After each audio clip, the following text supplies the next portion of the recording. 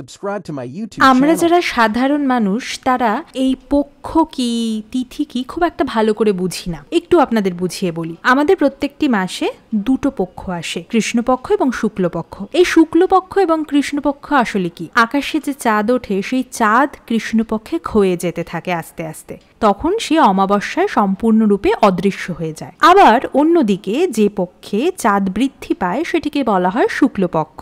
এই পক্ষে চাঁদের আকার ধীরে ধীরে বড় হতে থাকে এবং পূর্ণিমায় পূর্ণ চন্দ্রে পরিণত হয়। অন্যদিকে তিথি হচ্ছে এই চাঁদের যে হ্রাস বৃদ্ধি এর দ্বারা সীমাবদ্ধ কাল। যেমন আপনারা শুনেছেন প্রতিপদ, দ্বিতীয়া, তৃতীয়া, এভাবে পূর্ণিমা বা অমাবস্যা পর্যন্ত এই তিথি বিস্তৃত। এখন বুঝতেই পারছি বছরের 12 মাসে মোট 24টি পক্ষ রয়েছে, তার মধ্যে দুটি পক্ষ বিশেষভাবে তাৎপর্যপূর্ণ। এই দুটি পক্ষ হচ্ছে পিতৃপক্ষ ও দেবীপক্ষ।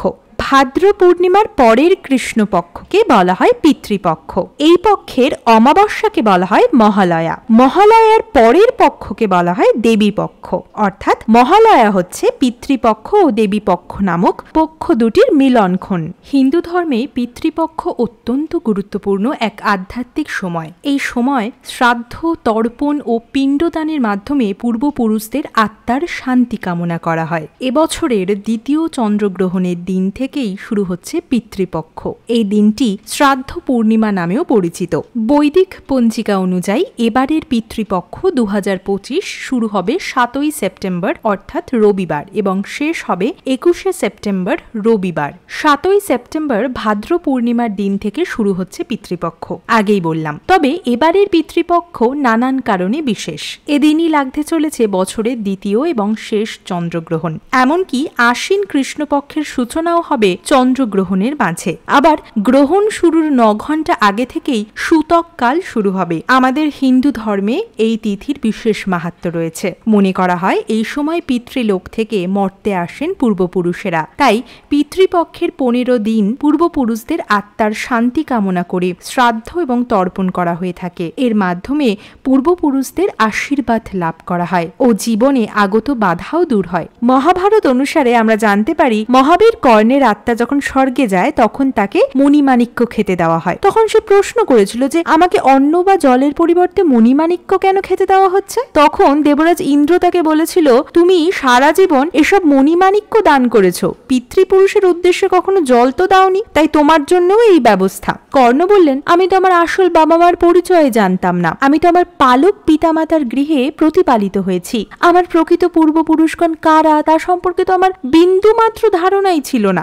যখন জানতে পারলাম পাণ্ডবগণের মাতা দেবী কুন্তী আমার নিজের মা, তখন আর আমার কিছুই করার ছিল না, কারণ তারপরে তো আমার নিজের কনিষ্ঠ ভ্রাতার দ্বারা বীরগতি প্রাপ্ত হই। এমত অবস্থায় আমি কি বা করতে পারি বলুন তো? কর্ণের কথার যথার্থতা অনুধাবন করলেন দেবরাজ ইন্দ্র। তাই তিনি কর্ণকে 15 দিন তথা এক পক্ষকালের জন্য মর্তে ফিরে গিয়ে পিতৃপুরুষকে জল এবং অন্ন দিতে অনুমতি দিলেন। ইন্দ্রের কথা মতো এক পক্ষকাল ধরে কর্ণ মর্তে অবস্থান করে পিতৃপুরুষকে অন্ন এবং জল দিলেন। মহালয়া হচ্ছে পিতৃপক্ষের শেষ দিন। পিতৃপক্ষে আত্মসংযম করে দেবীপক্ষে শক্তি সাধনায় প্রবেশ করতে হয়।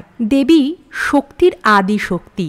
তিনি সর্বভূতে বিরাজিত। তিনি মঙ্গলদায়িনী, করুণাময়ী। সাধক সাধনা করে দেবীর বর লাভের জন্য দেবীর মহান আলোয় প্রবেশ করার সুযোগ করেন বলেই এই দিনটিকে বলা হয় মহালয়া। মহালয়ার পর প্রতিপদ তিথি থেকে দেবীর বন্দনা শুরু হয় কিছু কিছু জায়গায়, আবার কোনো কোনো জায়গায় মানে বেশিরভাগ জায়গায় ষষ্ঠী থেকে শুরু হয়। হিন্দু পুরাণ অনুযায়ী জীবিত ব্যক্তির পূর্বের 3 পুরুষ পর্যন্ত পিতৃলোকে বাস করে।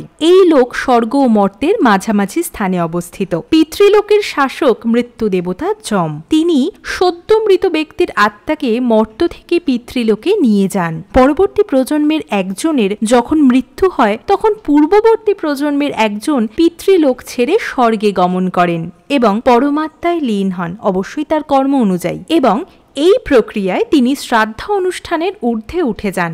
এই কারণেই কেবলমাত্র জীবিত ব্যক্তির পূর্ববর্তী 3 প্রজন্মেই শ্রাদ্ধানুষ্ঠান হয়ে থাকে। শেষে বলি, আপনারা এই পিতৃপক্ষের সময় চেষ্টা করবেন ঘরে প্রদীপ জ্বালানো, পাশে যদি অশ্বত্থ গাছ থাকে তাহলে সেখানে প্রদীপ জ্বালানো, কিংবা জলের মধ্যে দুধের মধ্যে একটু তিল দিয়ে অশ্বত্থ গাছে দেওয়া, গরুকে খাওয়ানো, পশু পাখিদের যত্ন করা, বা যাদের আপনাকে প্রয়োজন, যেসব গরিব মানুষদের সাহায্যের প্রয়োজন, বা যে কোনো মানুষের যাদের সাহায্যের প্রয়োজন, তার পাশে থাকা। ভালো থাকবেন।